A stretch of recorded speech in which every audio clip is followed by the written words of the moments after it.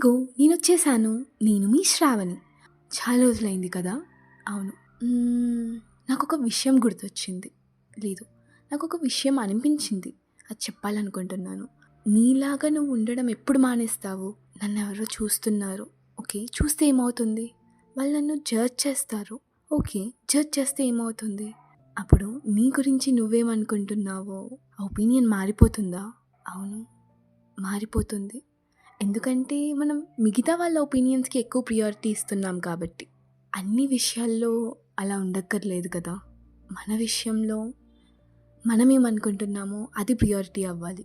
For example, ఎక్కడ చూసినా ఫోన్లు ఉన్నాయి, సీసీటీవీస్, కెమెరాస్.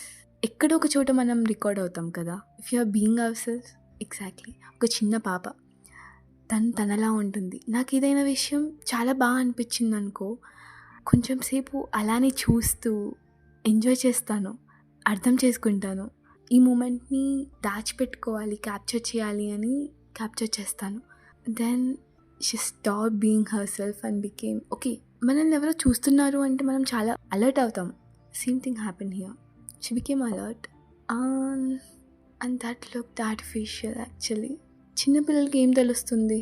మనమే నేర్పిస్తున్నాం కదా. It starts from the growing. నువ్వు మార్చుకో, లేకపోతే అందరు నిన్ను జడ్జ్ చేస్తారు.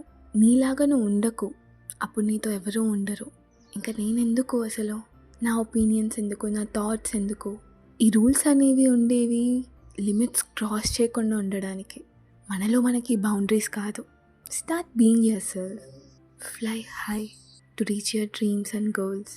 ఈ రోజుకి సెలవు. ఇట్లు మీ శ్రావ్యు. మళ్ళీ వస్తానే.